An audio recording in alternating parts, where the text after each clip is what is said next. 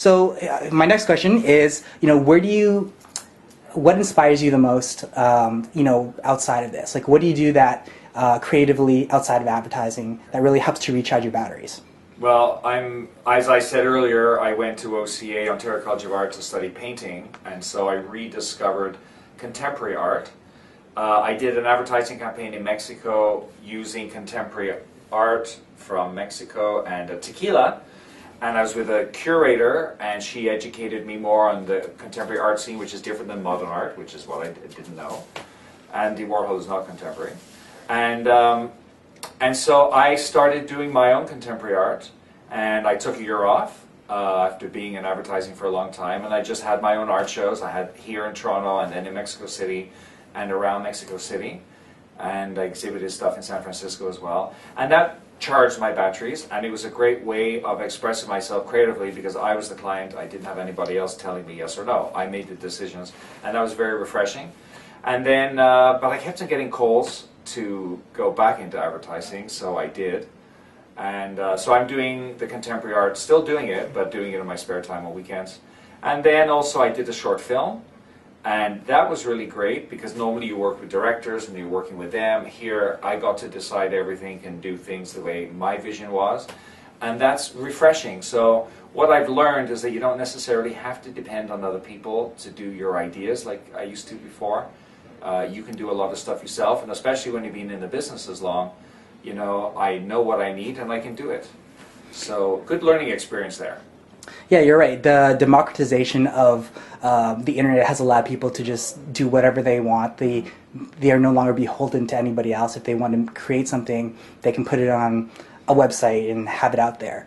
But because there's so much clutter out there, because everything's so real-time focused now, like what was new yesterday is old in an hour. Right. How do you kind of keep them focusing on what you want them to be focusing on for more than 5 minutes?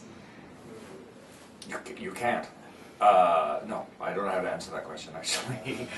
You can't. I mean, what you have to do is before there was only 2 or 3 medias to get your idea across. Now there are so many, and what you have to do is take your idea and get it across all those medias. What I use a lot is we may do a mass advertising campaign, but then I'll use the digital media to get the campaign out to people worldwide that way. And because of that, now, because I'm not so Canada focused also with our work, Japan, Tokyo, in Japan, Shanghai, Germany, Australia, they're picking up on our work and they're aware of our work in Great Toronto, and they're writing about it.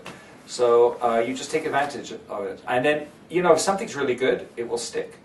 I think Taxi, which is a great Canadian agency, they had the second most awarded ad of 2010, which was the Viagra stuff. And it's great to see a Canadian shop doing that, and the fact that it's being recognized worldwide. So with advertising today, how the model's changing and how, you can be anywhere and do work anywhere. So Yeah, I understand it, and we just did an ad last year with Strategy Magazine, actually, talking about that, and we talked about the agency in 2011. And it was all about this cloud, where you had the CEO based in Toronto, you'd have the head of accounts in San Francisco, art director in Burlington, the writer in Muskoka, and they can all work together because of this new technology. So that's a good thing. And also, I Have an Idea has a thing called the Giant Hydra, which is where they have all these 400 creators from around the world, and people like myself can go and then use them to brainstorm for ideas. And I think it's a really great experiment, it's a really great idea, and I do think it's where the future's going, where you're not just limited to people in your city and within the brick and mortar that you're working. So there are lots of startups everywhere. Everyone seems to be playing with different models, and a lot of innovation going on digitally and across the board in different companies. So when you're meeting with a brand, how do you guys try to get the work done in Canada and see if you can get it outside of Canada, into other markets? Is there a process or a way you approach doing stuff like that to kind of just raise your profile? Okay, we did a project during Nuit Blanche, which is the big contemporary art festival that's one night in Toronto, and we did it guerrilla style, and we projected a wall projection, Canada's largest 3D mapping projection, on the wall in Union Station. And we did it all night for 12 hours, and we deliberately did it to get, we use Facebook, we use Foursquare, we use Twitter, so we made a case study on it, and we built a little video. So then we got that video on our YouTube channel, and we send that video out to different blogs and websites and reporters around the world. They report on it, they talk about it, so we got the idea out. And now our client, because we got this case study, we have this video, they go to their global meetings and they present the work that we're doing in Canada, and now the idea is being picked up in other countries. So would be how we did it, and we've done it. And then this global mood clock that we're working on is the same type of thing. Well, you know, what I like about the mood clock is that you're taking a lot of real-time analytics and like baking it into a product, so it allows you to you're getting all these external factors to kind of enrich the experience for the people that are actually using it. You know, for all the analytical data out there, how do you decide? You know, how do you not get overwhelmed by it? There's so much of it. People always want more, but it seems like there comes a point where it almost seems like there's too much to handle. When you say too much to handle, you mean work-wise? Well, more like data, like in terms of like what do you figure out? Like there's so much data out there. Yeah, so. And there's going to be more. So yeah, just deal with it, I guess. And you know, I wish I didn't sleep because it's irritating. Because I have my PVR, movies on the PVR. I have friends to meet in the bar. I got a restaurant to go to. I got my job to do. I got magazines to read. It's just getting overwhelming. But this is the world we live in, and you have to pick and choose where you're going to go and how you're going to decide your day. But sometimes it is overwhelming. Yes? Are you on social media at all? Yeah. What's what platforms are you really kind of like focusing on? What are your touch bases? Me personally, Facebook I think is amazing. I think it's great. And it's a great way for me to keep in contact with my friends and family, and also students. I used to teach in Mexico City at an advertising school. And Twitter, I use a lot as well. When I see very interesting articles, I'll put them on my Twitter feed. And then LinkedIn, not so much. I don't see the big deal on LinkedIn. I haven't seen any benefit of it, so I'm not a big fan of that. And I think YouTube, you know, having your own YouTube channel is interesting if you're into film and video and stuff, and sharing your thoughts through that. So those are my main platforms, and that's what I like. And obviously it's mostly through my mobile. That's how I have access to that. And then when I go home, I will have my computer screen, which will give me, I mean, I can do more on my computer screen. The mobile is still limiting in how you can navigate. Do you think that, you know, people who want to get into advertising, do they really need to go to school for it? You know, how many different ways can you do it? And does maybe having a different kind of background enhance somebody else who may be looking to get in from a different perspective? I think that's a really interesting question. I do believe going to a school and being around people who have the same want or goals as yourself is good, so you can learn from each other. And I think it's good being with teachers who are in the field right now, and they can sort of help you, guide you. But what a school can do is just teach you the basics of typography, design, coming up with a big idea and how to write and how to lay things out, and maybe how to use certain programs like InDesign or web programs or Flash. You can maybe teach yourself, but you need then to go to an advertising agency or a design firm or a digital shop, because you have to be hands-on. You can't just sit at home and teach yourself. You've got to be in an environment where the work is done and you're around other people. Once you've got that learning, then I can go off by myself, you know, but you've got to be around people and in situations to learn. One thing I think is interesting, what's worked for me, are people who created their own blogs and have relevant content.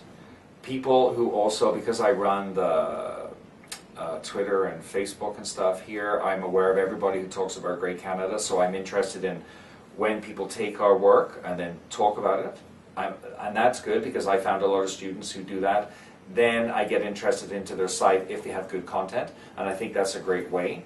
So you don't have to be screaming at me saying, give me a job. You're demonstrating to me how you think and your thought process.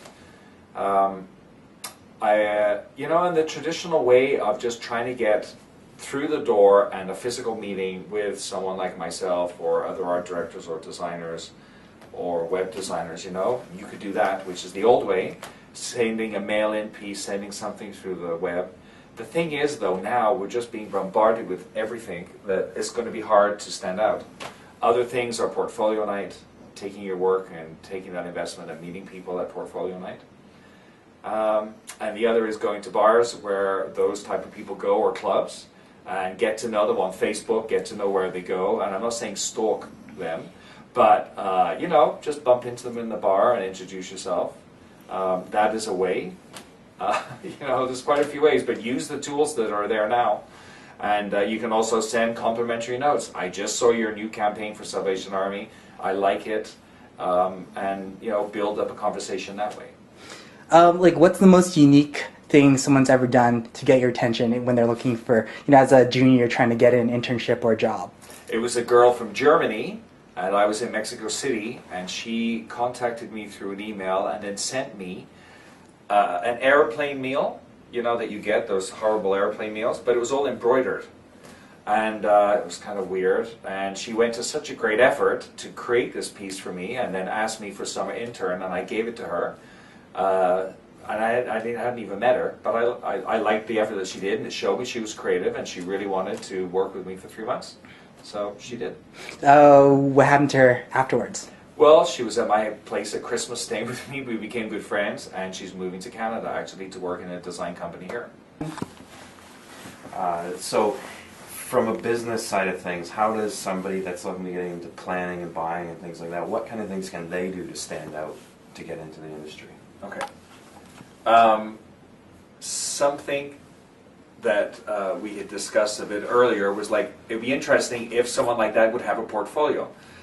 Because an account person or a planner showing the creative work they've done, that's great, and it shows how proud you are of what you've done. You know, normally people just get resumes, and they just show themselves through resumes, and then when you're in the interview, it's just talking to the person on chemistry. But when you show a portfolio, then it gives you a talking point. You can explain in more detail what you did and how you participated and created that piece. So I do think the portfolio is a good idea. And what's interesting is the trend of infographics now as well. And I was seeing that people are starting to do resumes that are infographic, which I think is kind of interesting, you know, showing how much digital knowledge you have and how much experience you have in an infographic way. And it's quick, it's simple, infographics are great, and sometimes people are very lazy in reading a resume, so it's an interesting way to go. So my point is just have things that are different that nobody else is doing to get noticed. So what are you guys working on now that's just recently launched or that you can talk about? Okay, well, the Salvation Army campaign we just did, you know, it's a recession, we're coming out of a recession, Christmas, everybody's asking money for Christmas, people want money for presents, people want, you know, to go on holiday, so, and RSPs and everything, they're like, give me money. And we had to go and ask people to donate money for the Salvation Army. Not easy, and they gave us a goal of $18 million this year in Canada to raise. So we created our campaign based on a really great insight, because I do think that you can't just do creative without having great planning and strategists behind you. And the insight was dignity, and giving these homeless people, who are not always men, they're women and children who are on the street, they're young kids on the street, teenagers, giving them back their dignity. And we created the campaign based on that insight, and we were able to get $3 million more than what the client asked us to get. So we ended up raising $21 million, and that's only in a 6-week time span. And we used mass media, and then it was complemented by digital media. And the reason we used a lot of digital media was because younger people don't normally donate money. And younger people are more in digital, like Twitter and on Facebook and the web. So we spoke to them, and because of that strategy, we believe that we're able to get more money thanks to the young people and using new media. This is Eric Floresca at ADBUZZ Canada, and I just want to thank Carl Jones, the VP, Executive Creative Director at Grey Canada, for his time and talking with us, and thank you very much.